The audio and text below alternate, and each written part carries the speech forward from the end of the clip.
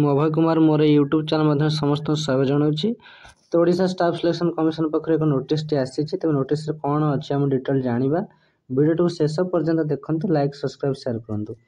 ତ ଦେଖନ୍ତୁ ଏଠି ସ୍ପଷ୍ଟ ମେନ୍ସନ୍ ଅଛି କି ଓଡ଼ିଶା ଷ୍ଟାଫ୍ ସିଲେକ୍ସନ୍ କମିଶନ, ଏହାର ଡେଟ୍ କଥା ଯଦି ଦେଖିବା 22/2/2024 ଅର୍ଥାତ୍ ରିସେଣ୍ଟଲି ଆସିଥିବା ଏକ ନୋଟିସ୍। ନୋଟିଫିକେସନ୍ ଆମେ ପଢ଼ି ମଧ୍ୟ ଦେବା। ଦ ପର୍ସନ୍ ଟୁ ଆଡ଼ଭାଇସ୍ ନମ୍ବରଟି ଏଠି ରହିଛି, ଡେଟେଡ଼ ମଧ୍ୟ ରହିଛି 23/8/2023 ଆଣ୍ଡ କରିଜେଣ୍ଡମ୍ ନମ୍ବରଟି ମଧ୍ୟ ଏଠି ରହିଛି, ଏହାର ଡେଟେଡ଼ ମଧ୍ୟ ରହିଛି।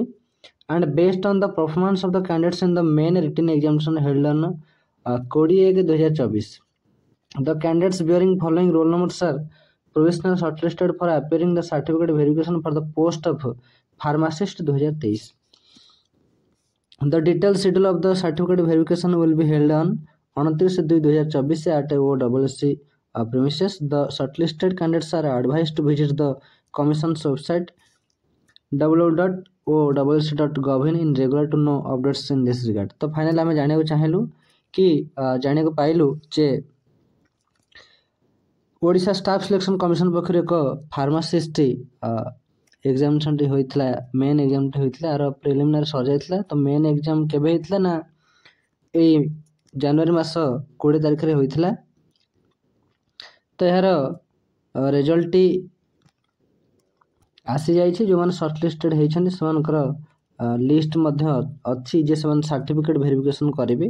तेज यह नहीं नोटिस अच्छी तेज OCC तरफ ओडिशा स्टाफ सिलेक्शन कमिशन पक्षर ये जो फार्मासिस्ट वैकेंसी आसाला यार प्रिलिमिनारी सर जाता। मेन एग्जाम टी होता 20/1/2024 जो मेन एग्जाम रे पिला माने सिलेक्शन होती सिलेक्ट होती से रोल नंबर एठी देइछि सर्टिफिकेट वेरिफिकेशन पाई।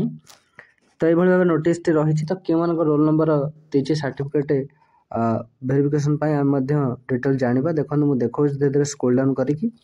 तो ये होछि सेया जे जो नोटिस फार्मासिस्ट ऊपर अच्छी ओडिशा स्टाफ सिलेक्शन कमिशन पक्षर आसी। देखो स्पष्ट मेंशन अच्छी कि लिस्ट ऑफ कैंडिडेट्स 50 जनकर ना ये अच्छी provisionally shortlisted for appearing certificate verification for the post of pharmacist 2023 जोटा कि under the directorate of prison and correctional service पक्षर आइथिला। तो ये होछि सेमानकर लिस्ट जो पिला माने फार्मासिस्ट पई सर्टिफिकेट वेरिफिकेशन पई सिलेक्शन होइछंती। तो से माने प्रिलिमिनरी देइथिले एवं मेन रे ए जनवरी 20 तारिख रे से माने मेन एग्जाम मध्ये देइथिले। तेबे होछि सेमानकर सिलेक्ट लिस्ट जे से माने सर्टिफिकेट वेरिफिकेशन पई नोटिस टे आसीछि।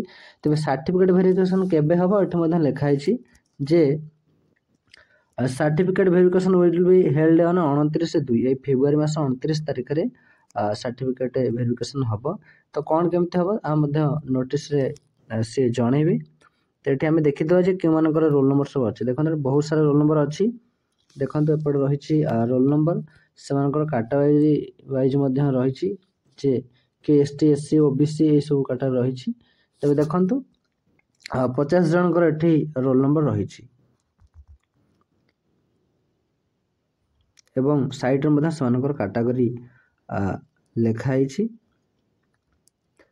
तबे बहुत भलो कथा जे जो माने ओडिशा स्टाफ सिलेक्शन कमिशन पक्षर आसीथबा फार्मासिस्ट एग्जाम देइथले यार प्रिलिमिनारी क्लियर करथले एवं मेन एग्जाम रे भलो रिजल्ट करछंती सेमानकर शॉर्टलिस्ट आसीछि बा समान ना आसीछि समान सर्टिफिकेट वेरिफिकेशन शामिल हेबे। तबे यह होछि आजिर अपडेट। आशा करछि निहाती भिडियोटी भल लागितबो। शेष पर्यंत देखिथारु समस्त धन्यवाद।